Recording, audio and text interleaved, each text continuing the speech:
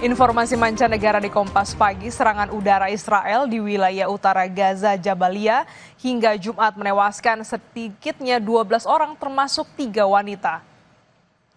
Satu serangan terhadap sebuah rumah menewaskan 6 anggota keluarga yang sama, sementara serangan lainnya menghantam orang-orang di jalan. Lebih dari 54.000 warga Palestina telah terbunuh sejak Israel melancarkan serangan mematikan di Gaza.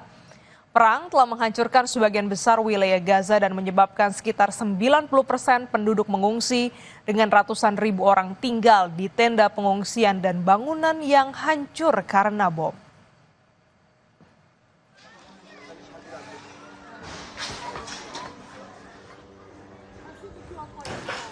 Warga Palestina menggambarkan kekacauan di pusat distribusi bantuan di jalur Gaza. Pusat bantuan ini dikelola oleh Yayasan Kemanusiaan Gaza yang didukung oleh Israel dan Amerika Serikat. Di tengah kelaparan dan penderitaan, warga Palestina di Gaza berdesakan untuk mendapatkan bantuan. Sebagian besar warga Palestina menyaksikan ketidakadilan dan penjarahan.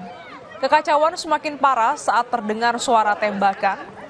Orang-orang berhamburan menyelamatkan diri dan setelah hampir 3 bulan blokade Israel, pusat bantuan didirikan oleh Yayasan Kemanusiaan Gaza yang didukung Israel dan Amerika Serikat. PBB dan organisasi kemanusiaan lain menolak sistem bantuan ini karena diyakini tidak dapat mengatasi kelaparan 2,3 juta penduduk Gaza. Selain itu, saudara, memungkinkan Israel memanfaatkan bantuan untuk mengendalikan warga.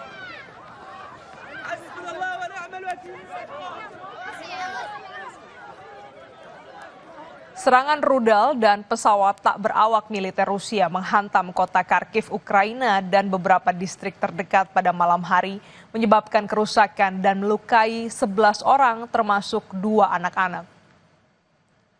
Layanan darurat negara Ukraina melaporkan bahwa penembakan memicu kebakaran besar di sebuah perusahaan transportasi kota. Kebakaran meluas ke kendaraan perusahaan dan bangunan perumahan di sekitarnya. Akibat kombinasi serangan rudal dan pesawat tak berawak, wilayah ini mengalami kerusakan parah.